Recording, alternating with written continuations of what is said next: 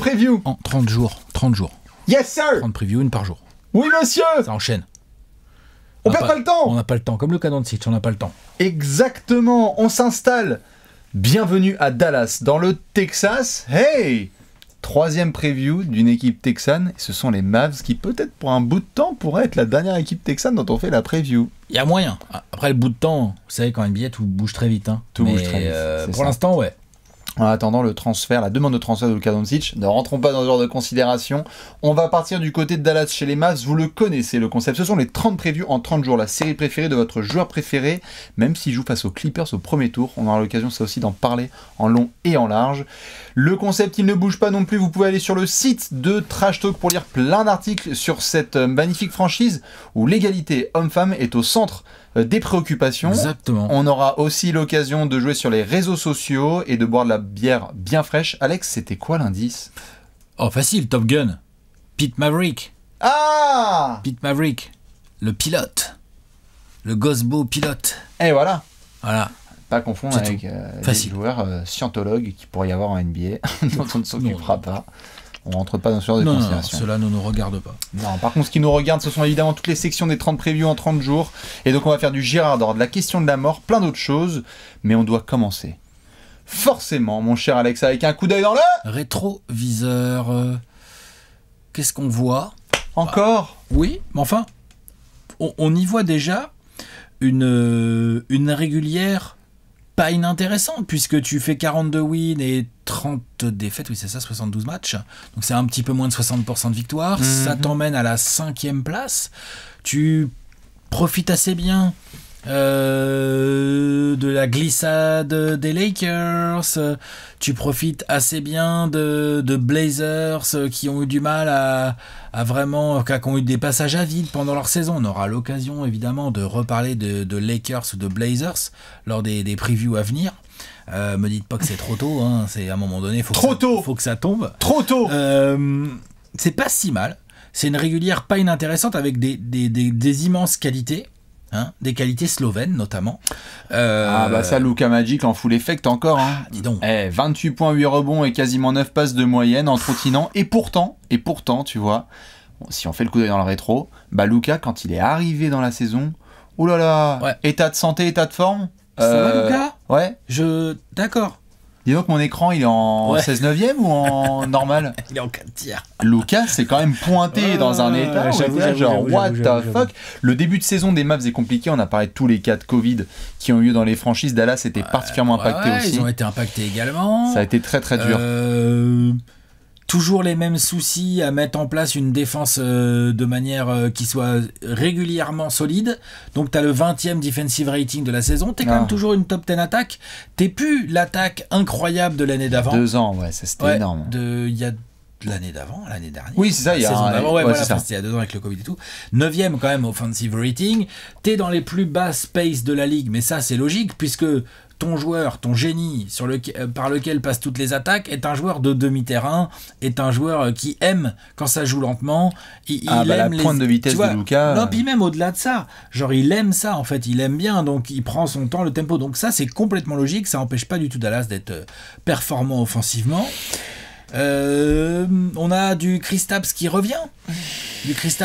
Alors que la saison précédente il n'avait pas non plus joué tant de matchs que ça, mais qui revient, qui met 20 points par match, qui prend 9 rebonds. Tu vois, genre la régulière, statistiquement parlant, la régulière de Kristaps, bon. Quand on regarde les stats. J'ai bien commencé ma phrase par statistiquement parlant. C'est ça. Malheureusement, c'est important. Malheureusement, si on parlait en ces termes, Rudy Gay serait au Hall of Fame. Et donc, malheureusement, pour Kristaps Porzingis, ce ne sont pas que des chiffres. Ou alors, il y a des chiffres avancés, comme notamment le pourcentage au tir sur les tirs à mi-distance ou l'inconfort dans l'attaque de Dallas, sans parler évidemment de certaines modifications défensives. Porzingis qui doit essayer de suivre certains 4 ou parce qu'il ne peut plus faire la même doublette avec Dwight Powell, dont on avait vachement bien parlé l'année précédente. Cette fois, on se dit, ça marche mieux avec Kleber ou avec Powell? Carla, il a plus tâtonné. C'est ça, donc du coup, pour Porzingis, en termes d'aisance, ça n'a pas été vraiment ça. Il a mis certes ses 20 points, mais c'était pas aussi incroyable que C'était pensé. Pas serein. C'était pas serein. Tout à fait. Mais statistiquement parlant, c'était une production que Dallas qui intéressait vachement Dallas. Ensuite, on a la saison de Tim Hardaway Jr. Excellente. Bah, bien sûr. Excellente. Pourcentage à 3 points. Oui, tout à fait. Mais on la connaissait. Non, mais lui, on le savait. Mais d'ailleurs, il faudrait que je revoie la prévue l'année dernière. Il y a forcément un de nous deux qui l'a pris en Gérard. Bien sûr. Tim Hardaway Jr. qui non seulement fait une énorme saison au scoring, c'est-à-dire 17 points de moyenne, tu peux compter sur lui. C'est le joueur qui a participé au plus grand nombre des matchs des Mavs l'année dernière, donc 70-72 matchs, et un nombre, je crois, de passages en force provoqués. Il était top 10 de la ligue. Enfin, je veux dire, une transformation dans son jeu qui est vraiment fabuleuse. Ouais, super. Réussite. Ouais. La saison de Tim Hardaway Jr. Ça a mené. Réussite, un mot qu'on ne peut pas employer en ce qui concerne la saison de Josh Richardson. Ça va être plus compliqué. Site. Tu vois ce que je veux dire? Site. Non mais, c'est con parce que à la base, on était là, je me rappelle, c'est pas con de la part de Dallas, un mec costaud qui défend pour mettre à côté de Luka et tous ses complémentaires, blablabla, il a pas besoin du ballon en attaque et tout. Ah oui, ça, il a pas besoin du ballon en attaque. Il vaut mieux même pas lui filer en fait. Pas de ballon ni d'attaque même. Malheureusement, Josh Richardson, je pense que les fans de Philly sont un peu en PLS en ce moment, mais tu leur demandes qui a gagné le transfert entre Seth Curry et Josh Richardson. Yes sir. Ah non, les Sixers, ils l'ont archi gagné celui-là. Disons que ça a été un peu compliqué tout à fait. On avait vu pendant l'automne les rumeurs de comment accompagner Luka Doncic. Est-ce qu'on part sur Zach LaVine, les gars, Spencer Dinwiddie, Josh Richardson? Oui, mauvaise pioche. Ouais. Tout à fait. Josh, ça a été vraiment un projet vraiment raté. Très bonne saison, je disais, de Maxi Kleber qui a fait le travail dans ce registre vraiment de 5 capable de stretch et un contreur assez sous-estimé, défenseur assez sérieux. Très très bonne saison de Jalen Brunson qui faisait partie des candidats au titre de 6 hommes de l'année. Ouais, carrément. Trop carrément. Un bon jeune joueur, intelligent, malin, qui apporte dès qu'il rentre sur le terrain. C'est un bonheur pour un coach ce genre de joueur. Tout à fait. Donc tout ça, ça nous a emmenés en play-off. Et pas par le play-in, puisque je l'ai dit, 5e. Donc t'es dans le top 6. On rappelle, le top 6, c'est maintenant, voilà, la barrière elle est là, quoi. Le top 6, quoi. Tu vas en play-off direct, quoi. C'est le Graal. Le top 6. Tu te retrouves face aux Clippers. Aïe. Clippers qui, eux, ont bien fait attention de tomber contre toi. Salut le Thunder. Attention, le match face au Thunder. Ouais, c'est clair. Tiens, Ivica, tu fais juste l'entre-deux et tu ressors. Comment ça? Ah oui, on peut jouer les Mavs. Oh, bah c'est pas mal. Et qui, d'ailleurs, se sont fait des immenses frayeurs, les Clippers. Ah bah, bien sûr, parce que sur la série, tu es Dallas. Tu commences la série, tu gagnes à Los Angeles. Deux fois. Magnifique. Luka est incroyable. Des one leg à 3 points, il est dingo. N'importe quelle séquence de jeu avec Ivica Zubac sur le terrain, Luka il fait manger, cool, ouais. Manger. On y va sur pick and roll. Tactiquement parlant, t'as vraiment une sensation de genre putain, mais les Mavs ils sont en train de complètement outplay les Clippers en global, tu vois. Bien sûr, tu mènes la série 3-2. Tu mènes la série 3-2, tu te dis tu peux finir à la maison. 3-2, retour à Dallas. On est en train de préparer, nous, un apéro 100% Clippers qui va être fabuleux. Ouais. Je veux dire, les Clippers vont... Le bis repetita de l'année d'avant. Avec Tyronn Lue en bis repetita derrière Doc Rivers, magnifique. Malheureusement pour Dallas et heureusement pour les Clippers, tu tombes sur un des plus grands matchs en carrière de Kawhi Leonard qui a été... Il y a eu du Paul George aussi. Magistral. Tout à fait, mais le Game 6... non, mais le Game 6 de Kawhi, le Game 6 de Kawhi est quelque chose que j'invite tout le monde... Il a dit non. Tout à fait. Il a dit non. J'invite tout le monde à revoir ce match parce que vraiment Kawhi a été fabuleux des deux côtés du terrain. Paul George aussi en effet a été énorme. Et sur le Game 7, souvenez-vous, on l'avait regardé, je crois que même qu'on l'avait commenté moi et Simon en direct. On avait vu à quel point vous l'avez commenté, à quel point les piles étaient HS. Luka est quasiment à 70 points. Enfin je veux dire il était complètement énorme. Mais tu ne peux pas compter sur tout le monde. Et c'est une série dans laquelle... Oui, pardon. Ah, vas-y, continue. Non, j'arrive derrière. C'est une série, malheureusement, dans laquelle certains vont être exposés. Un en particulier, parce qu'il y a aussi Jalen Brunson qui a fait quand même une série, allez la revoir, elle est pas tip-top. Mais c'est à partir de cette série que l'été des Mavs qui va venir, et notamment toutes les questions qu'on va se poser, vont tourner autour de Kristaps Porzingis. Cette série est une horreur pour lui. Une horreur pour lui. Horreur absolue. Cette série a mis en grande lumière des choses qui ont été exposées dans des médias ou français ou américains par la suite, qui est que Luka Doncic a une efficacité qui décroît au cours des matchs, alors qu'on sait qu'il est capable d'être clutch, parce qu'en fait, il dépense tellement d'énergie pour garder son équipe dans le match en première mi-temps, qu'en fait, après, il a quand même des gros défenseurs très physiques sur lui et tout. Alors, ok, il leur fait du mal, il les balade, il joue un peu d'eux et tout, mais il n'empêche qu'il doit dépenser une énergie incroyable pour ça. Et que de temps en temps, bah, on est là, on fait attends, sur qui pourrait s'appuyer là, genre ne serait-ce que pour que pendant 2-3 possessions, il y a un peu moins besoin de lui et que ça score quand même et ainsi de suite. Donc ça, c'est devenu le souci. Ça a vraiment explosé, ouais. Ouais. Du coup, effectivement, Porzingis, comme tu l'as très bien dit, donc là, il y a vraiment eu il y a eu un backlash énorme. Ça a été une des punchlines de tout l'été. Je veux dire. C'était soit Neil Olshey, soit Ben Simmons, soit Kristaps Porzingis. Attends, c'est qu'à un moment donné, t'es là. On nous parle de licorne, on regarde les matchs, on voit une mule. Non mais c'est vrai. Tu vois les mules à la campagne, bien sûr, ou les nuls aussi. Ouais. Non, c'était chaud. C'était vraiment très compliqué. Alors que de l'autre côté, New York, putain, les gars, regardez Kristaps, on a gagné le trade. Vous avez bien fait de le huer le soir de la draft, les fans. Tout à fait. C'est bien joué. Fuck Kristaps, on a Julius Randle. Tout va bien, on est au même stade, on est au premier tour des playoffs. C'est vraiment dur pour eux. Il y a eu un effet tout à fait autour de Luka où on s'est dit premières années un petit peu de certaines stars comme LeBron qui avait certes passé des tours mais où il butait face à des équipes plus collectives, plus denses, avec plus d'expérience. Là tu as un effet tellement autour de Luka et tellement Luka dépendant à Dallas que tu butes pour la deuxième année de suite face aux Clippers au premier tour, alors que cette fois tu menais 3-2, je dirais que le niveau de somme est encore plus élevé parce que tu avais au moment où le match démarre à Dallas en menant 3-2 à domicile, il y a une tension, moi je me souviens chez moi et chez d'autres gens, une tension dans l'air parce que tu te dis Luka il va vraiment le faire là, il y a Kawhi, Paul George, etc. en mission, il va vraiment les sortir en étant en 38-12-12 quoi. Et non. Il n'est pas passé loin mais il l'a pas fait. Il l'a pas fait.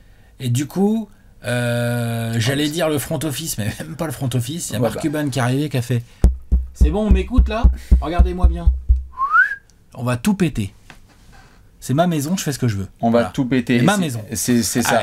Mark Cuban, là, il est arrivé en mode voilà. Ah non, mais complètement. Parce que, Bibi. tout à fait. Avant qu'on fasse même le marché de l'été. T'avais autre chose ? Bah non, mais c'est juste que très clairement, on ne peut pas faire le coup d'œil dans le rétro sans parler de toutes ces affaires qui vont être déballées par la suite en termes chronologiques, mais toutes ces affaires en interne. C'est-à-dire que on va voir petit à petit que la non-utilisation de Porzingis ou la mauvaise utilisation de Porzingis rend fou l'un est plutôt en accord avec l'autre, certains pointent du doigt le coach, ou alors le management qui l'a recruté, ou du contrat qui a été donné.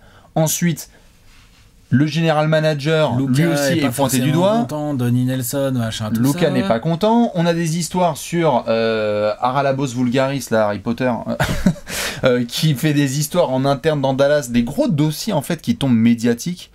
En sortie de saison, on a dit mais ça nous décrive un environnement en interne chez les Mavericks où t'es là, tu fais waouh. Le niveau de dysfonctionnement est vraiment flippant. Et c'est vrai que du coup, pour conclure sur ce coup d'œil dans le rétro, tu as l'assurance d'avoir un mec magique dans ton effectif, stratosphérique Luka Doncic, qui a fait tout ce qui est All-NBA, All-Star, etc. Il n'y a pas de problème. Il fait partie de la cour des grands, pas de souci. Mais comment entourer Luka ? On en a fait un apéro en sortie d'élimination en playoff. On a littéralement titré comment fucking entourer Luka Doncic. Ouais. Et c'est là qu'en effet on arrive à ta transition. C'est là que Mark Cuban il va s'en occuper lui-même. C'est ça. Il va faire son marché tout seul comme un grand. Et on va regarder ça tout de suite dans le marché de l'été. Le tableau. The Big Tableau. On va commencer tout de suite, Alex. Alors. Don Nelson et Rick Carlisle. Ça dégage. Bim. Coach qui est là depuis 13 ans, avec lequel tu as gagné le titre, coach mythique, ça dégage. GM qui est là depuis quoi ? 20 piges ? 25 ans. Ouais, voilà, 25 piges. Fils d'un membre éminent de l'histoire des Mavs, pardon, mais Don Nelson le père. Voilà. Alors après, Donnie Nelson, il fait des trucs super, il a aussi fait des trucs moins bien, des trucs critiquables et tout. Moi, j'accepte tout à fait qu'à un moment donné, il y ait qu'un proprio, il débarque et qu'il fasse du changement de dirigeant comme ça, enfin de cadre haut placé dans son organisation. On peut pas dire que Mark Cuban il fasse le ménage dans son organisation tous les 6 mois, tu vois. Il est pas, je veux dire, on vient de dire, le GM il est là depuis 25 piges, le coach il est là depuis 13 ans, enfin tu vois, genre ça va. Tout à fait. Dallas faisait partie des institutions en termes de continuité où on disait tu débarques à Dallas, il y a bonjour Denis, bonjour Rick, bonjour Marc, on savait qu'il a été le trio en tête, mais c'est vrai qu'il commençait à y avoir des petits murmures de est-ce qu'on ne changerait pas certaines choses parce que on a une pépite, on ne sait pas comment passer un cap. Alex, on va pas se mentir, je crois qu'on a fait un apéro où on avait séquencé un morceau, on se disait non mais Rick Carlisle, tu crois qu'il est là encore le 1er janvier 2022, tu sais? Et le lendemain, il est viré. Et le lendemain, on a la Vosgebombe qui tombe où Rick Carlisle prend la porte. Ça a été quand même assez sismique.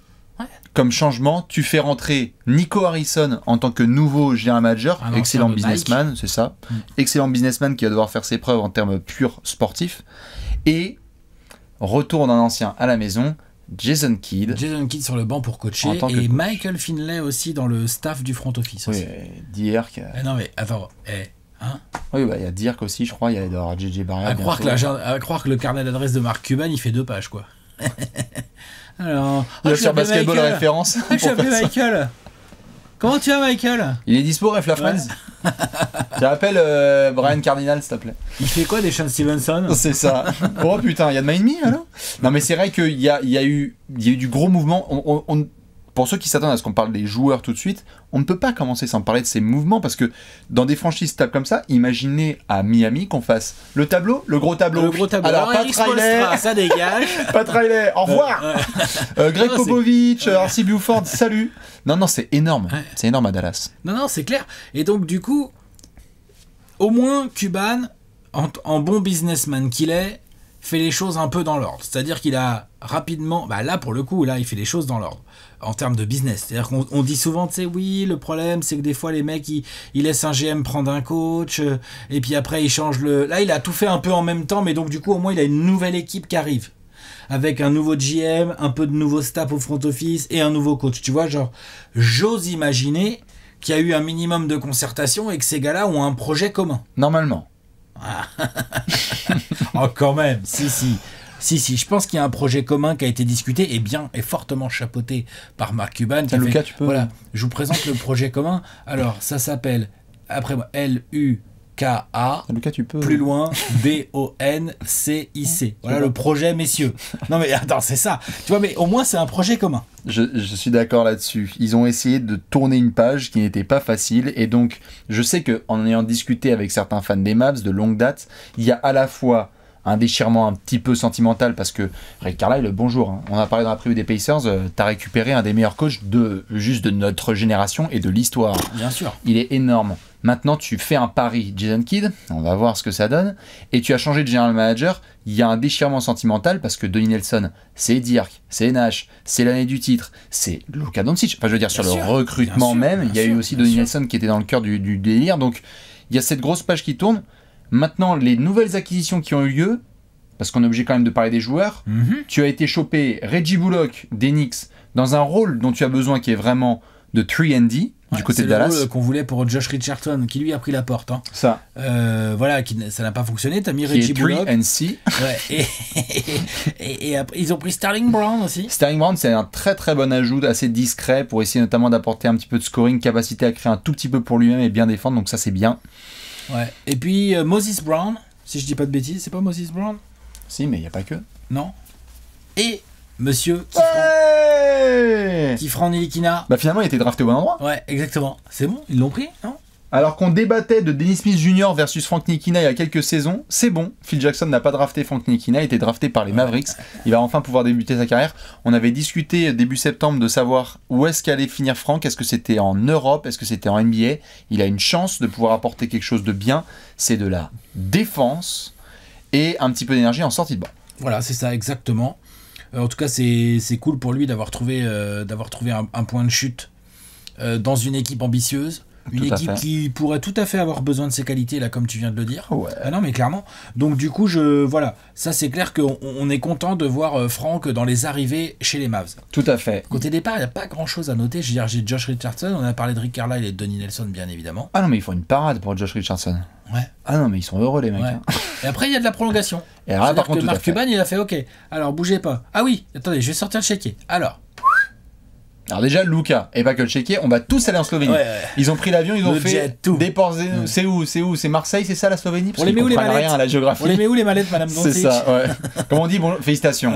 Donc ils ont mis la totale, 207 millions sur 5 ans. De toute façon, ils va le valider parce que c'est soit 172 millions, soit 207 millions, mais 207 millions, c'est si tu es All-NBA. Spoiler, Luka respire, il est All-NBA. Voilà. Tu as prolongé Tim Hardaway Jr., c'était la priorité annoncée par le management. Prolongé Boban Marjanovic aussi. Tout à fait. Prolongé l'autre là. Willie Cauley-Stein. Voilà, lui. Bon. Et voilà, c'est déjà la base du côté de Dallas. Disons que tu essaies d'avoir un petit peu de continuité. J'ai envie de te poser 2 questions, Alex. T'as prolongé Porzingis aussi, 100 millions. Alors non, alors. J'ai envie de te poser 2 questions, justement. Vas-y. Et je sais que je la pose aux gens. On se demandait si Kristaps allait être dans la colonne « Ils s'en vont » du tableau du marché des agents libres.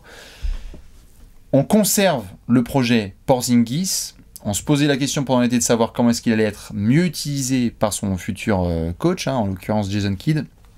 On a le sentiment quand même, à l'heure actuelle, que l'envie du côté de Dallas, c'est de le mettre en meilleure situation pour soit, montrer que ça peut vraiment marcher avec Luka, soit 2, ça marche, mais en fait, on ne voit pas du tout l'avenir avec toi, donc tu seras transférable. Exactement. Et parce que tout le truc d'un mec comme Porzingis, c'est-à-dire que bon, là, on se fout de sa gueule et tout. Bon, ok, c'est pas une licorne, c'est un poney, peut-être, ok, très bien. Mais juste, son talent, on l'a vu en NBA, et ça va, c'était pas il y a 12 ans, tu vois. Non. Donc, bon, où est-ce qu'il avait filé ce talent? À voir. Où est-ce qu'il a disparu? Bon, à voir s'il peut, entre guillemets, le retrouver. Il faut un retour physique de Kristaps. Il faut un retour physique vraiment être bien et tout. Peut-être être mis dans des conditions aussi différentes en termes de jeu. Ça, on va peut-être en parler dans la section suivante. Mais surtout, je pense que malgré son talent en Porzingis et encore son jeune âge, entre ses problèmes de blessure pour un mec de 2m20 et les playoffs absolument affreux qu'il vient de faire, bah tu sais que sa valeur marchande là pour trader son contrat de 100 patates sur 3 ans. Complètement. Tu sais que ça, à mon avis, Nico Harrison, là, le mec de Nike, il est arrivé, il fait les gars, vous êtes gentils, mais. Balancez-moi ces Azix à la poubelle. Qu'est-ce que c'est que ces conneries là? Moi je bosse chez Nike, je suis pas magicien. C'est ça. Tu vois, genre, il y a un moment où tu peux pas changer la nature si Kristaps ne peut pas revenir à 100%. Ça, c'était la première question sur le côté Kristaps qui n'est pas dans la case, ils s'en vont. La deuxième, et là je t'avoue que ça me fait encore plus tirer la gueule, limite, pas d'ajout de playmaking aux côtés de Luka Doncic. J'étais persuadé que c'était une priorité. Il y a beaucoup de choses dont on va pouvoir parler dans les sections suivantes, mais littéralement, le deuxième créateur que tu vas avoir, c'est du Jalen Brunson, et tu n'as pas de playmaker qui est venu à Dallas, quoi. On a eu des rumeurs sur Kyle Lowry. Je sais que certains vont se jeter sur la piste Goran Dragic. Pour jouer qu'ils l'ont pris. Je pense pas. Il y a beaucoup de rumeurs sur Goran Dragic. Et ils essayent de voir si Goran, qui est à Toronto, spoiler, on a déjà fait la preview pour ceux qui ont un peu du mal, si Goran peut être libéré par les Raptors. Au moment où on parle... Libéré carrément, ils le veulent gratos en plus. Au moment où on parle, bah, tu sais, à Dallas, bref. Au moment où on parle, Toronto n'a pas du tout l'intention de faire un buyout avec Goran Dragic parce qu'ils ont envie de voir quelle peut être sa valeur et ensuite d'essayer de faire un transfert. Encore heureux. Bah ouais, puis en plus c'est un joueur, je veux dire, jusqu'à nouvel ordre, il peut encore jouer. Enfin, t'es à Toronto, tu dis c'est ça. Et puis on a parlé dans la preview de Toronto, le mec qui fait partie du transfert de Kyle Lowry, tu vas pas le balancer à la poubelle pour que Dallas le récupère au minimum. Pas l'intérêt pour Toronto. Tout à fait. Donc, en playmaking, Alex, c'est quand même le trou béant dans le recrutement de Dallas. C'est merde. On peut imaginer plein de choses autour de la santé de Kristaps et le développement des joueurs en interne. Tu n'as toujours pas de deuxième vrai créateur, hormis les espoirs sur Jalen Brunson. Ouais. C'est un problème. C'est un problème avec lequel Jason Kidd va devoir se débrouiller. Et il s'y connaît en playmaking. Il a pas que des qualités, le garçon. Par contre, en playmaking, quand même, il s'y connaît un petit peu. Sauf que là, il a fait les Nets, il a fait les Bucks, après il s'est baladé dans quelques staffs, l'ami Jason Kidd. On peut pas dire qu'il ait laissé dans que quelques bars aussi. On peut pas dire exactement. On peut pas dire qu'il ait laissé que des grands souvenirs. Hein. Il a pas forcément une réputation magnifique qui lui colle au corps. Hein. Je vous laisserai aller checker le livre de Myrin Fader sur Giannis Antetokounmpo. Hein. Voilà. Je ne ferai que citer Larry Sanders qui s'est fait traiter de grosse merde à l'entraînement et qui disait qu'il était incapable de rester en NBA. Voilà. Gestion humaine. Gestion humaine impeccable. Et là, on va le juger là-dessus, sur la gestion humaine d'un groupe avec une star au milieu et donc une star autour de laquelle il faut mettre 4 joueurs pour que ça fasse un 5 majeur. C'est ça, avec un peu de pression, tout ça. Ouais. Vous avez noté. Hein. Je pense qu'on va pouvoir en parler. Hein. Et bam, on va regarder ça tout de suite dans le 5 majeur.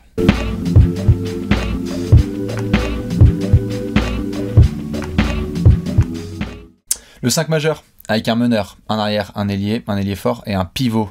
Nous sommes à Dallas. Et comme vous le savez dans cette section, on doit tout de suite se poser une question. Y a-t-il des verrous? J'ai même pas envie de me poser la question. J'ai envie de dire merci Jason Kidd. Tu l'as vu ou pas s'exprimer?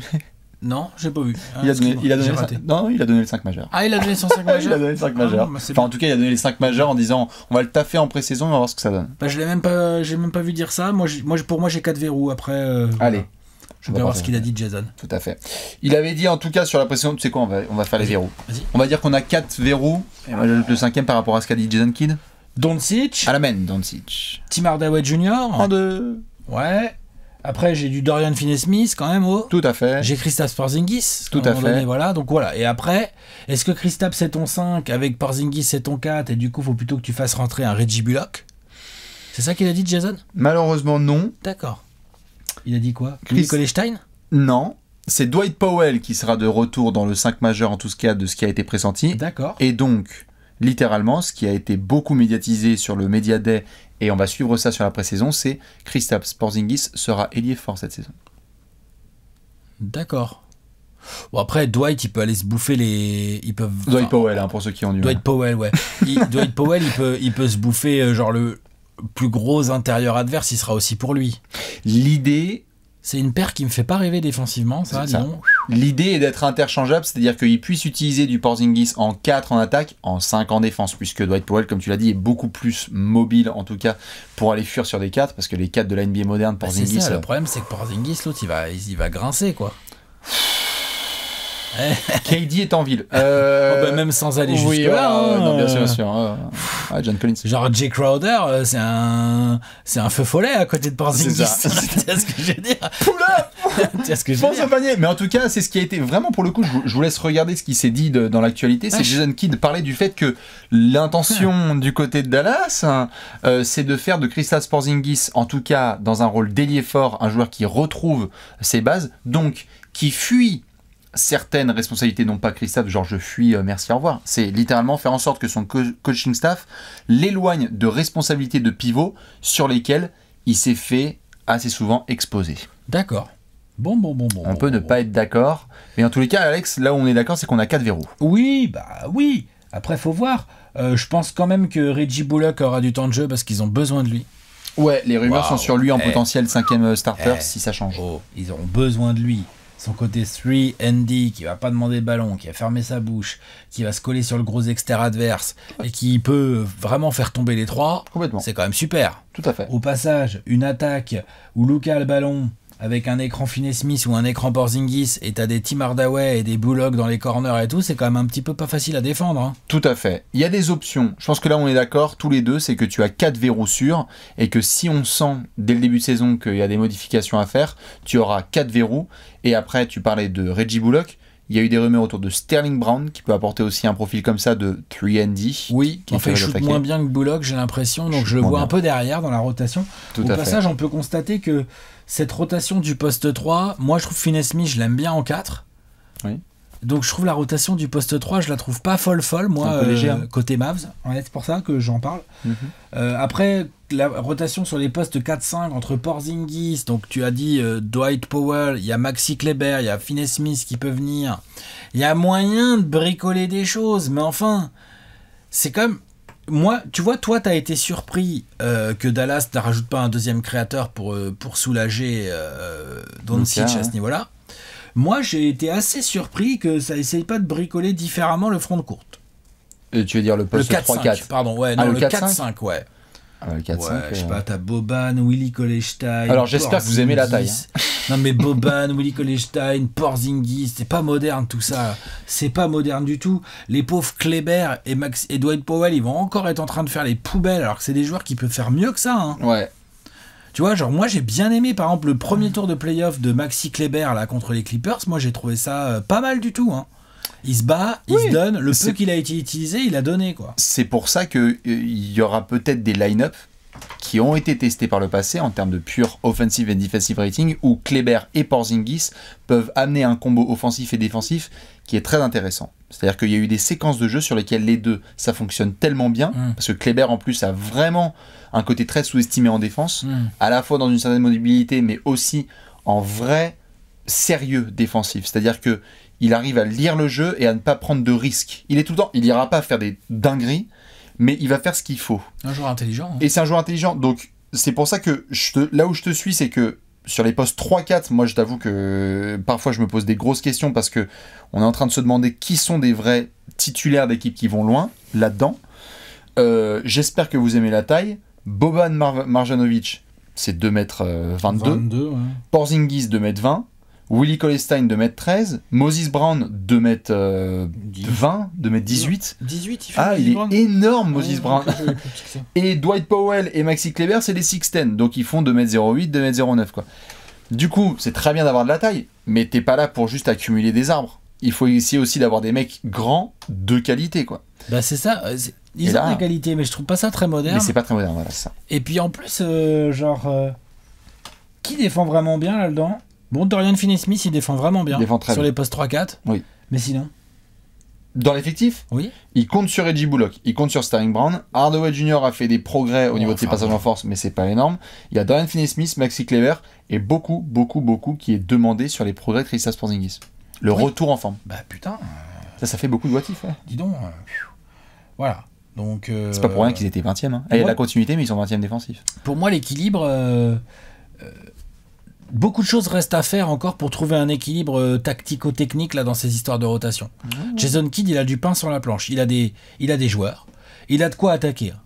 Je suis pas trop inquiet. Alors l'autre, attention. Ça, on est d'accord. Il a de quoi être relou à défendre. Complètement. On peut dire ce qu'on veut, mais il faudrait vraiment que Jason Kidd coach à l'envers pour que Dallas ne soit pas une potentielle top 10 attaque de la NBA, parce que c'est simple. À partir du moment où tu as le postulat Luka Doncic et des joueurs de basket autour, tu peux avoir une élite attaquant NBA. C'est des joueurs de basket. Et en plus, c'est des joueurs. Junior, il a fait une très très belle saison. Tu vas faire entrer du Jalen Brunson derrière. Tout à fait. On n'a pas évoqué les Trey Burke ou les Josh Green. Qui sont en développement, ils essaient de développer Josh Green pour qu'il puisse rentrer dans la rotation. Mais c'est clair que. On verra comment Franck a peut-être son mot à dire défensivement. C'est là qu'il va aller chercher ses minutes éventuellement. Ouais. Complètement. Mais c'est juste qu'en tout cas, sur l'aspect offensif, c'est sûr, ils vont avoir une bonne attaque. Il faudrait vraiment que Kidd fasse n'importe quoi. Ce qui va être très intéressant, c'est de voir dans la cohésion d'équipe et dans la manière dont cette équipe fait face aux aléas d'une saison régulière, comment est-ce que la nouvelle philosophie de jeu qu'essaye d'apporter Jason Kidd fit avec les mentalités de certains. Je me permets de développer un petit peu. C'est Jason Kidd, médiatiquement, a été assez vocal sur le fait que Luka Doncic devait plus partager le ballon, plus responsabiliser certains garçons, et notamment Kristaps Porzingis. C'est-à-dire que peut-être que dans le style de jeu que tu as eu jusqu'ici, où parfois Porzingis c'était littéralement tu t'arrêtes à la ligne à 3 points, tu fais un pick and pop et tu te bats pas au rebond, peut-être qu'il va y avoir un peu plus de touche pour Porzingis au poste. Où Luka doit un peu plus se reposer et se mettre dans un corner à l'opposé. Parce qu'en fait, Porzingis, il fait 2m20, donc il arrive à être plus grand que les autres au poste. En tout cas, Jason Kidd, le mot sur lequel, comme tu dis, l'angle sur lequel il insistait, c'est partager le ballon, c'est pas juste faire des passes d'ess. C'est ça. C'est lâcher le ballon. C'est ça. Et il faut que d'autres garçons se sentent aussi responsabilisés et en confiance de pouvoir créer, parce que c'est fatigant de se dire que quoi qu'il arrive, une possession n'est jamais aussi bonne que celle qui est dans les mains de Luka Doncic. C'est pas facile pour des coéquipiers de se dire ça. Non, premièrement, et puis surtout, c'est pas facile pour Doncic aussi. Et c'est pas facile pour Luka, c'est pas facile pour tout le monde en fait.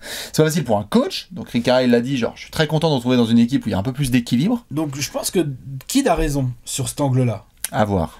Ah, moi je pense qu'il a raison. Je pense que c'est le premier chantier, c'est de responsabiliser le reste de l'équipe. Je suis totalement d'accord là-dessus, parce qu'il n'y a aucune équipe qui va aussi loin comme ça, même avec un putain de génie, il faut que tout le monde produise. Ouais. Par contre, lorsque j'entends on va filer des post-up à Kristaps Porzingis, après oui, là-dessus, voir comment ça se matérialise. Pose ta bouteille, Jason. Non, faut voir comment ça se matérialise. Mais sur le grand principe de base. Ah bah oui, sur le grand principe de base. Moi, c'est comme s'il disait j'aimerais qu'on encaisse moins de panier. Moi je vais être là. Non, mais tu vois, genre assumer ouvertement que Luka Doncic, oui c'est un génie, mais oui il faudrait qu'il lâche un peu la balle, il faudrait que son usage rate baisse. J'aime bien. Mais tout à fait. Et c'est ce qu'on a vu quand on a eu des dingueries avec Harden et Westbrook, où il y a eu des saisons avec des usage rates de malade mental, mais le plafond il était réel. Oui. C'est-à-dire que l'équipe dépendait trop d'une seule star, donc il fallait faire évoluer tout ça. En tout cas, Je vous invite vraiment, puisque ça y est, la pré-saison a vraiment commencé, je vous invite à bien regarder les Mavs là sur leurs premiers essais, parce que, en tout cas, l'excitation qui existe, elle est autour du retour en forme de Kristaps. Ouais, écoute, ils vont en avoir besoin. On va devoir enchaîner. Allez, pregunta. Boum boum. C'est l'heure de la question de la mort.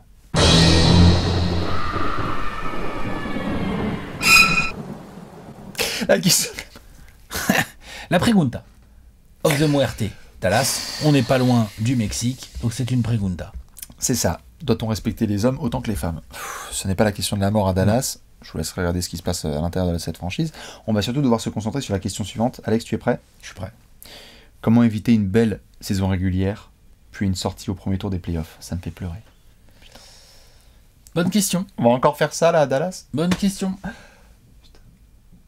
Comment passer un cap en améliorant l'équilibre autour de Lucas? On a déjà commencé à évoquer le problème quand on faisait le tactico-technique. Toi, Bastien, t'as dit ouais, on mise beaucoup sur le retour en forme du poney Porzingis. De toute façon, il est là encore pour 3 piges.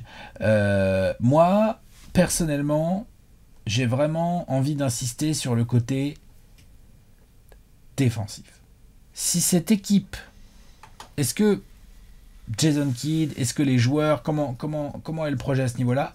Mais si cette équipe est capable de fournir des efforts un tout petit peu plus réguliers et conséquents du côté du terrain où ils n'ont pas le ballon, avec le génie qu'ils ont en attaque, tu n'empêcheras pas Dallas de scorer. Non. Même les soirs où Dallas joue pas très bien, voilà quoi, ils ont un des meilleurs joueurs offensifs de la planète. Ils ont un joueur offensif, déjà l'empêcher de scorer lui, c'est compliqué. Ensuite, il distribue quand même extrêmement bien le caviar. On a quand même dit, il a des mecs, il a Tim Hardaway, il a Bullock qui sait mettre un 3. Enfin, tu vois, il a Porzingis, il peut rentrer. Dorian Finney-Smith, Maxi Kleber. Enfin, il y a beaucoup de mecs qui peuvent scorer en fait. T'as des mecs qui roulent bien, Dwight Powell ou des gars comme ça. Enfin, il y a beaucoup de choses. Il y a énormément d'armes offensives. Donc pour moi, il y a un truc auquel Jason Kidd doit s'atteler en termes tactiques, d'insuffler une mentalité où, dans les efforts, dans le combat, Dallas ne peut pas se contenter d'être bon et talentueux. Dallas doit saigner. Les joueurs doivent vraiment se donner et aller très loin, tous les joueurs. Et pour ça, j'aime bien le côté genre, oui, Lucas, faut que t'en lâches un peu, enfin, impliquer tout le monde. Parce que c'est aussi un peu le début de, ok, on est tous impliqués, maintenant on fait tous des efforts en défense. Complètement. Et quand Lucas se fait cibler, Kristaps, s'il te plaît, tu viens me faire une bonne rotation, tu viens me protéger le cercle. Et ainsi de suite. Donc ça, je pense que c'est... Ouais, ça fait partie des cas, parce que sinon, c'est quoi? Sinon, tu vas retomber... Avec tout ton talent, tu vas retomber probablement en play-off et tu vas aller au premier tour. Et au premier tour, tu vas avoir une équipe en face qui va dire vas-y Lucas, mets 35 points. Vas-y, mais nous on va te fatiguer. Dans le clutch, nous, nos joueurs, ils vont être gérés différemment. Et par contre, nous, on a un groupe entier qui fait des gros efforts. Je pense que je suis assez d'accord. Je pense que ce qui m'a pas mal à la fois étonné et assez plu comme état d'esprit du côté de Dallas, que ce soit apparemment ce qui leak en interne dans la franchise ou de certains fans qui sont très très optimistes, c'est que Dallas est tombé consécutivement 2 années de suite sur la pire match-up possible. C'est-à-dire que littéralement, on le sait, les playoffs, parfois, tu tombes sur le bon parcours et du coup, tu te retrouves en finale NBA, no disrespect envers les Suns, où tu te retrouves face à la bonne franchise au premier tour. Salut, on est Denver, et même si on perd notre meilleur joueur, tu affrontes des Blazers qui sont littéralement en train de chuter, et donc le script n'est pas pareil. Si Dallas se retrouve dans un jeu de calendrier qui n'est pas le même, t'affrontes Portland, et si ça se trouve, Dallas aurait défoncé Portland en playoff, et on parlerait pas de la même preview. Ce que je veux dire par là, c'est qu'à Dallas, il y a ce réel sentiment qui revient de plus en plus au fil des semaines, de ce que je lis, entends, etc., que ils demandent juste à affronter quelqu'un d'autre que les Clippers de Kawhi et Paul George. Puisqu'en termes de talent pur et de match-up mauvaise pour eux, ils sont tombés sur eux. Ils sont tombés sur les Clippers. Et ils aimeraient juste Dallas, et c'est pour ça qu'ils ont été aussi dans un élément de continuité, de pouvoir affronter ne serait-ce qu'une autre équipe au premier tour. Ce qui peut sembler un peu bizarre, parce que tu dis, du coup, ça veut dire quoi? Ça veut dire que vous n'évoluez pas, vous changez pas, et vous espérez juste que sur les jeux de calendrier, vous n'allez pas affronter ces équipes? Je pense pas. Mais c'est juste que, dans le projet Doncic, pour le moment, ils ont affronté 2 fois une match-up qui n'était pas propre pour eux, Oui. et je leur souhaite de faire, une meilleure régulière, donc une régulière plus régulière, désolé pour le jeu de mots, mais littéralement, Dallas nous a montré parfois des pics de concentration et parfois des grosses chutes. L'année dernière, Rick Carlisle en parlait. Le début de saison Dallas est vraiment mauvais et c'est après qu'ils ont trouvé leur pic. Et donc j'ai hâte de voir comment Jason Kidd va pouvoir faire en sorte que le bateau soit stable tout au long de la saison, qu'il soit très bon. Dallas doit être performant du début à la fin de la régulière. Il faut être une vraie menace. Et donc du coup, lorsqu'il y a des rendez-vous de saison régulière, être performant. Là, quand tu vas devoir réaffronter les Clippers en saison régulière, il n'y a pas Kawhi, il faut que tu les défonces. Je veux pas d'autres scénarios. Non, parce qu'il faut qu'ils envoient un message. Lorsqu'il y a certains garçons qui passent en ville, on en a marre d'avoir des match-ups où on sait déjà comment ça va se passer. Dallas va en mettre 115, mais ils vont en prendre 120. Ça va dans ton sens de la défense. Oui, tout à fait. Après, le côté, oui, c'est vrai, ils n'ont pas eu de peau. Ils sont tombés sur les Clippers 2 fois. Des Clippers Kawhi, Paul George, dur à prendre. C'est dur. Le small ball, là, ça les a vraiment fait chier et tout. Ok, j'entends ça. Et peut-être que oui, ils auraient pu passer les Blazers, par exemple, et tout. Mais est-ce qu'ils auraient pu passer le Jazz, les Suns, bien sûr, les Nuggets? On n'a pas l'impression. Non. Je dis pas qu'ils auraient pas pu. On n'en a pas l'impression. J'ai pas l'impression qu'avec cet effectif, mais avec de la continuité, ils vont aller taper l'élite de l'Ouest. Non, moi non plus. C'est pour ça que non seulement avec cet effectif, mais aussi avec cette mentalité-là. Il y a un côté, moi, où quand je vois les Mavs jouer, là, ces 2 dernières années, avec Doncic, il est incroyable et tout, j'ai la sensation qu'il y a le génie Doncic d'un côté, et de l'autre côté, il y a des mecs à qui on demande de remplir des tâches. C'est les Doncic, c'est Doncic et les Doncic. Ouais, voilà. Mais ça, c'est pas bon. C'est aussi Luka, peut-être aussi, qui doit évoluer dans son rôle de leader. On va y venir. Non, mais tu vois, on est obligé de le dire. Mais bien sûr. Il doit évoluer dans son rôle de leader, peut-être qu'il doit être juste pas que le gars cool, rigolo, qui est marrant dans les vidéos, qui fait le kéké et tout. Peut-être aussi qu'il doit être genre, bam, genre les gars, moi je suis pas là que pour faire des pick and roll, quoi. Peut-être qu'il faudrait qu'il commence à prendre des passages en force dans la bouche, ou peut-être, tu vois, genre... je vois, il y a des choses encore à développer. Foutre le ballon à Tim Hardaway et dire, gros, vas-y, prends des ballons, prends des pics, vas-y, tu vois, genre responsabiliser les gens, quoi. Complètement, et c'est là-dessus que, en effet, le fait de voir Jason Kidd parler du fait de vouloir plus responsabiliser les gars, nous rassure en un certain sens. C'est pas anodin parce que littéralement, à mon avis, dans la vision qu'il y a eu en interne, c'est qu'il fallait arrêter d'être sur cette dépendance Doncic. Moi, je comprends. Mais après, c'est beaucoup plus facile à dire comme ça qu'à faire. Littéralement, aujourd'hui, on vient de s'amuser à faire un jeu dans la preview de Memphis où on parlait de duo et de supporting cast autour. Bon, est-ce qu'on est capable aussi de dire, dès la saison qui arrive, que Luka et Porzingis, c'est un top duo, parce qu'on sait déjà qu'il y a un joueur qui est phénoménal, mais où est son sidekick? Où est son partenaire? Le transfert qui a été fait à Dallas, c'était un vrai virage dans l'histoire de cette franchise où ils ont dit c'est notre duo du futur. Ce n'est pas pour le moment un duo du futur. Non. C'est un duo qui a montré quelques bribes du futur, mais dans le présent on est là genre les gars on n'a pas peur de vous là. Et le collectif, certains joueurs ont montré les efforts nécessaires dans un groupe de champions, d'autres non. Et ça, on sait très bien que pour être champion, il faut qu'on ait la sensation que le groupe entier le veut. Je dis champion, oui. Pour être un groupe de champions dans le sens genre aller loin, être dangereux, être considéré comme un contender, c'est quoi? Regarde aujourd'hui, Luka Doncic, c'est quoi comme joueur NBA si tu dois commencer? Genre c'est... LeBron. Non mais je veux dire par là, c'est pas ça, c'est genre c'est top 5, c'est top 10, ouais, c'est voilà, top 8, c'est top 10 en fermant les yeux. C'est très très haut dans la hiérarchie des joueurs NBA. Les Mavs n'ont pas un contender pour moi. Non, bien sûr, bien sûr. Tu vois, genre, et ça c'est un problème en fait. Tout à fait. Cette phrase est un problème bien en fait. sûr. Genre ouais, ils ont un génie. Ah mais par contre non, ils jouent pas le titre. Quoi? Pardon? Comment ça? Il faudrait en effet montrer dès cette saison, et la prise de risque que je peux comprendre avec Jason Kidd, elle est réelle. On a vu au fur et à mesure, et ça va continuer à leaker, que entre Carlisle et Doncic, c'était pas vraiment l'amour pur. Clair, ouais. Pour des raisons qu'on découvre par la suite. Carlisle n'est pas un ange non plus, parce que lorsqu'il a été question de s'embrouiller avec des joueurs, il a aussi son historique. Il est à l'ancienne et tout. Non mais moi là-dessus, c'est jamais tout noir tout blanc. Il y a littéralement des torts partagés. Mais je dois avouer que là, ce qui m'intrigue énormément, c'est, on en a parlé dans l'apéro sortie de playoff, c'est tu as réglé contractuellement l'affaire Doncic dans le sens où t'es allé en avion avec toute la smala et tu lui as fait signer un contrat de 5 ans. Parfait, très bien. Donc tu as réglé ça. Le mec, il est là à Dallas et il a dit on sait très bien ce qui va se passer, avec un sourire, il a pris le contrat max. Mais, on le sait, dans la NBA actuelle, et de plus en plus, on voit des stars qui s'impatientent devant la possibilité de gagner. Et s'il y a bien un garçon compétitif dont on a déjà parlé qui a envie de gagner là, c'est Luka Doncic. Oui.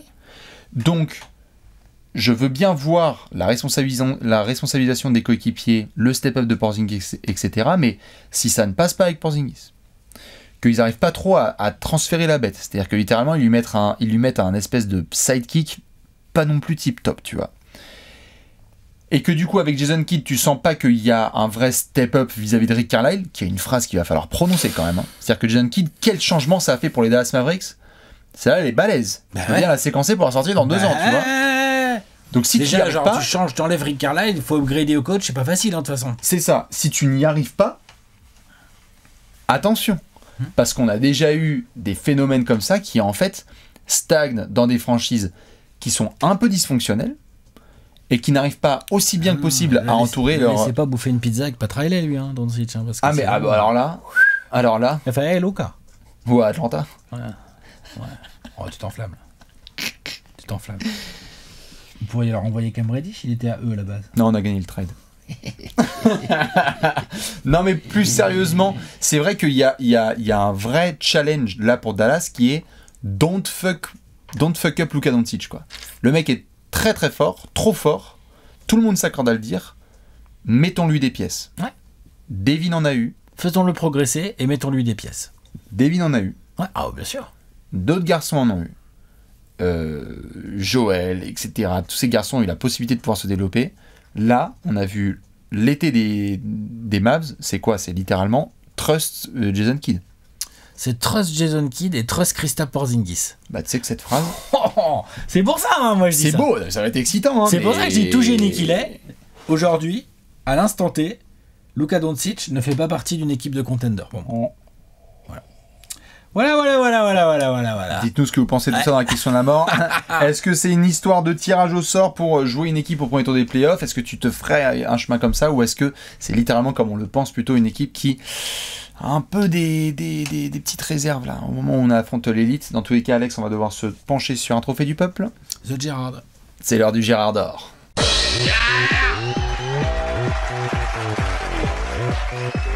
Le Gérard d'or. Le Gérard d'or.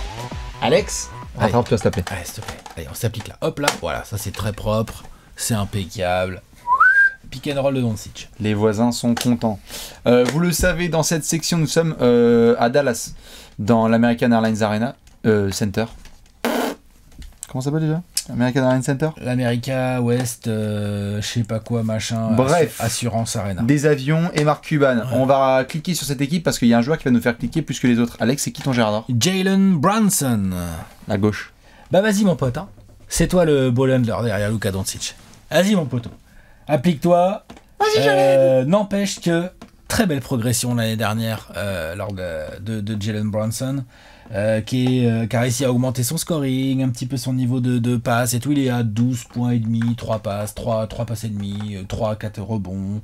Il est à 40% à 3 points. Il est propre, il est efficace, il a un bon handle.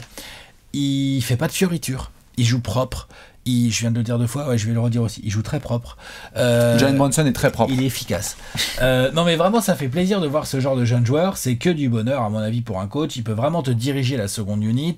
Comme on l'a déjà dit, c'est dommage que ce soit lui le seul et unique autre ball handler que Luka Doncic dans cette équipe. En attendant, j'en fais mon Gérard d'or. Je suis toujours très intéressé pour moi quand il rentre en jeu. C'est une bonne nouvelle au niveau des rotations des Mavs d'avoir ce joueur. Quand il rentre en jeu, il garde le rythme. Il est capable de tenir le ballon, de faire jouer les quelques gars qu'on lui met autour et tout. Après... quel est vraiment son plafond? C'est ça qui va beaucoup m'intéresser cette saison, parce que là, les Mavs vont revenir ambitieux. Je pense que Jason Kidd, qui veut responsabiliser Kristaps, va aussi faire jouer beaucoup Kristaps avec Jalen Brunson. Ça paraîtrait logique en tout cas, hein, tu vois, genre espèce de rotation hybride, comme il sait faire d'ailleurs le Jason Kidd, pour essayer de remettre en valeur tes joueurs face à la seconde unité adverse et tout, tu vois. Donc du coup, il va se retrouver avec Jalen Brunson. Est-ce que c'est une bonne nouvelle pour Jalen Brunson? L'avenir nous le dira. Mais ce qui est sûr, en tout cas, c'est que moi, j'en fais mon Gérard parce que je pense que c'est l'un des facteurs X les plus importants au niveau individuel des Mavs. Si jamais, par malheur, Jalen Brunson, il est déjà là à son plafond, ou pire encore, il se fait une petite blessure à la con, un petit truc musculaire, une connerie, mais tout de suite, c'est l'état d'urgence là-bas à Dallas. C'est ça qui est chiant. Donc voilà, c'est mon Gérard d'or, c'est Jalen Brunson. Je suis bien d'accord. Excellent sortie Villanova, avec toute la blonde, Di Vincenzo, Michael Bridges, etc. Ils devaient prendre d'ailleurs une prolongation contractuelle, et puis ils vont voir ce que ça va donner. Parce qu'ils adorent, mais la série de playoffs, ils ont fait genre... on sait plus trop du coup le plafond de Jalen Brunson. J'aurais pu prendre n'importe qui, mais je vais juste en rajouter une couche sur Monsieur Kristaps Porzingis. C'est limite un des joueurs que j'attends le plus cette saison. Mais je l'attends genre excité? Non, je l'attends juste genre... Prouve-moi. Kristaps Porzingis, depuis sa saison rookie, il y a eu 4 saisons, 66 matchs joués, 48 matchs joués, une saison où il n'a pas joué du tout puisque ligament croisé, 57 matchs joués et 43 matchs joués. 2m20, des problèmes aux cannes. Alex, on a déjà vu des histoires comme ça là. Attention, attention Kristaps. On n'arrête pas de nous louer deux choses. La première c'est, t'inquiète, Kristaps Porzingis a enfin un été où il a pu bosser et où il est à 100% physiquement. Déjà, je veux bien voir ce que c'est la phrase de Kristaps Porzingis, c'est 100% physiquement. Et alors, 1 mois de saison régulière, je veux bien, 6 mois et playoff inclus, attention, attention. Déjà, dans la saison régulière, jouer des matchs, être solide, être bon. Le scoring va être là, mais il va falloir être bon des deux côtés du terrain.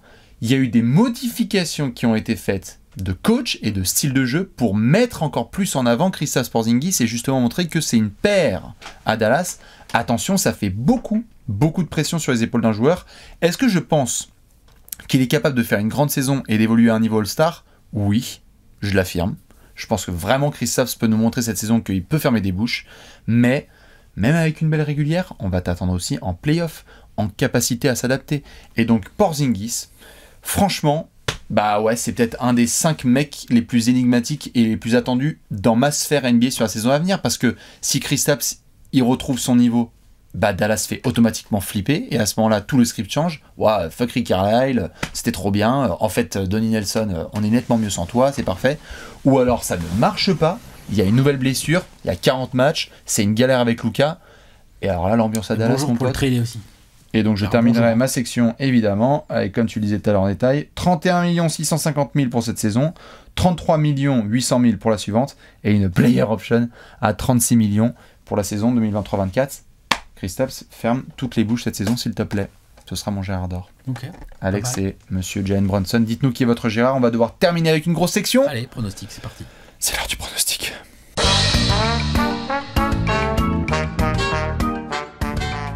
Pronostic time. Pronostico. Nous sommes dans la section où on parle de l'avenir. Et avant de vous raconter l'avenir, en 24 secondes pour Alex et pour Bibi, on a une petite cote. On a une petite cote qui s'affiche là tout de suite en bas de votre écran qui nous est proposée par nos amis de Paris en Sport. Il s'agit de Luka Doncic qui sera le meilleur marqueur de la saison régulière, donc de la NBA. La cote est à 6 et elle est boostée à 7,20. Wow.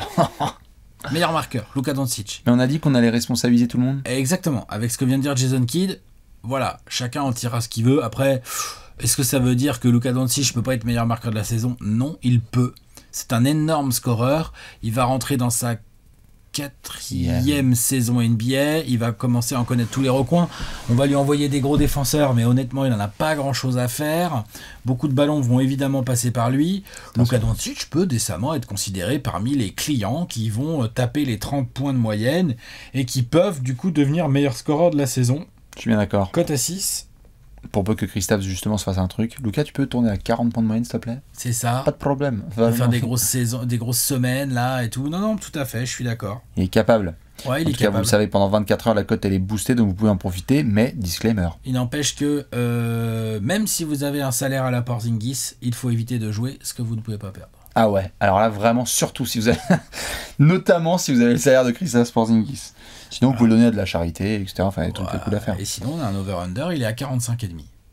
Donc over-under, je rappelle, hein, c'est-à-dire que si vous pensez que les Mavs ne vont pas gagner plus de 45 victoires, donc moins c'est under, à partir de 46 victoires, c'est over. Voilà. Je l'aime bien. Bon, bah écoute, plutôt pas mal. Ouh, est-ce que tu es prêt? Allez. Oh, les gens peuvent participer, attention! C'est l'heure des 24 secondes pour Alex et pour Bibi pour raconter l'avenir des Dallas Mavericks. 3, 2, 1, 40 Butler. 40 Butler, c'est bien ça. Ouais. 47 victoires pour nos amis les Mavs. Il me semble que ça les met 7e de l'Ouest, donc il faudra probablement en passer par le play-in. En tout cas, c'est mon avis sur cette saison des Mavs.